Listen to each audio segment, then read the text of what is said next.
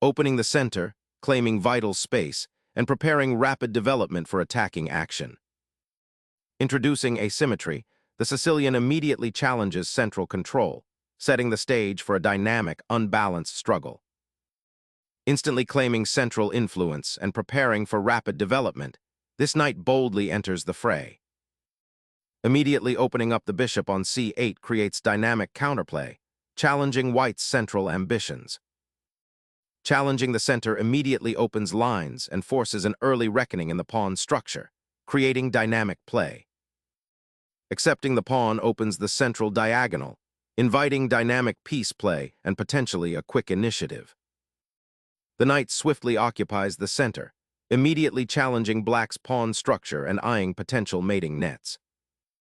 Activating the knight to contest the central influence and prepare for further development. Developing the knight to c3 fortifies the central pawn and prepares for kingside castling while maintaining flexibility. Developing a piece to a central square enhances piece activity and prepares for future pawn advances.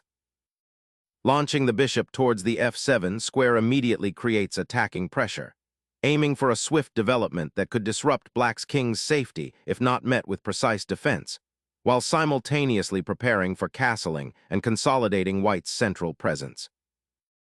Preparing to solidify the center, e6 wisely unlocks the bishop on f8, while simultaneously creating a solid pawn chain that limits white's immediate central thrusts. This defensive maneuver, though slightly passive, prioritizes structural integrity and prepares for potential counterplay. Shifting the bishop to this diagonal opens up new attacking avenues towards black's kingside, while simultaneously reinforcing the pawn chain and preparing for potential pawn pushes later in the game. Securing the b5 square, black prepares for potential pawn advances or knight outposts on the queen side, a subtle yet important step in preventing white's pieces from dominating the flank and maintaining central pawn control. Unleashing a pawn chain forward aggressively, white stakes a claim in the center and prepares to launch a kingside assault. But this bold advance also creates potential weaknesses in the pawn structure that black might exploit later. Positioning the queen aggressively on the diagonal, black immediately challenges white's spatial advantage and prepares for potential queenside play while also keeping an eye on potential pawn breaks. Securing the monarch behind a protective pawn wall is a fundamental step, and here, it simultaneously prepares to support a central pawn advance or activate the rook on the king's flank. Eliminating the knight on d4 simplifies the position and removes white's central attacking piece, a common theme in sharp Sicilian lines, but it also opens a clear diagonal for white's light-squared bishop towards the kingside. Reclaiming the pawn with the queen immediately challenges black's advanced pieces, creating a focal point of tension on the d-file and preparing to seize control of central squares. Unleashing a pawn storm to disrupt white's central control, black boldly challenges the e4 square, creating a complex dynamic where both sides must navigate potential tactical skirmishes and decide whether to solidify or further complicate the pawn structure for a potential queenside expansion or kingside attack. Repositioning the bishop to the flank not only prepares for potential pawn pushes on the kingside, but also subtly pressures black's queenside pawns, especially after the exchange on d4.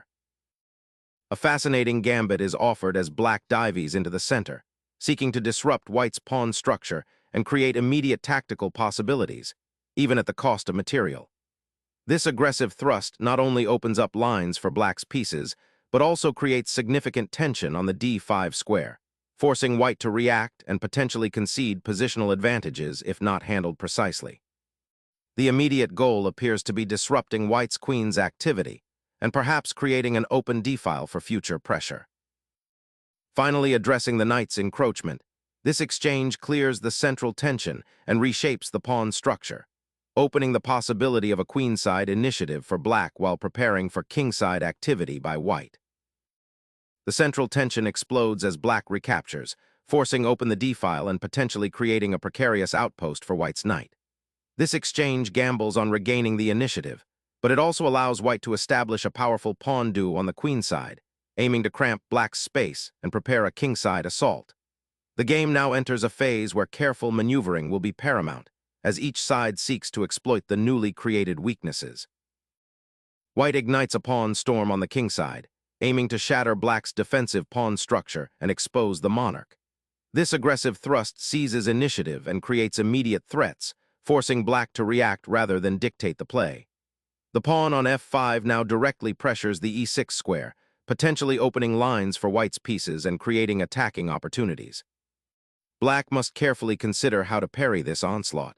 Neglecting it could lead to rapid deterioration of their position, while a passive defense might allow white to build an unstoppable attack. Opening up a diagonal for the queen, this maneuver seeks to exploit the newly freed lines and create immediate threats against white's kingside pawn structure, hinting at a potential king hunt before the position solidifies further. Opening the f-file and exploiting the e4 pawn's temporary defenselessness creates immediate tactical fireworks, forcing black to grapple with the ensuing complications and the potential for a powerful pawn storm. Sacrificing a pawn opens a diagonal for the bishop, creating immediate threats on white's queen and the king's flank, aiming to disrupt white's pawn structure and potentially gain a tempo for development or an attack. The bishop sacrifices itself, unlocking the f-file and setting a trap for black's queen by creating a new discovered attack. Embracing the open f-file now grants black dynamic counterplay, though it simultaneously exposes their king to potential threats along that very same pathway. Opening the f-file now promises to bring significant pressure against the uncastled black king, a crucial development in this dynamic Sicilian defense. Accepting the rook sacrifice reshapes the board, forcing black to confront a significant material deficit with a somewhat exposed king, while white gains immediate control of the f-file and a nascent initiative driven by piece activity. Injecting an immediate threat to the king, this forceful queen sortie creates a decisive fork that will win material, highlighting how black's king suddenly finds itself exposed in the center after their pawn structure was deliberately disrupted.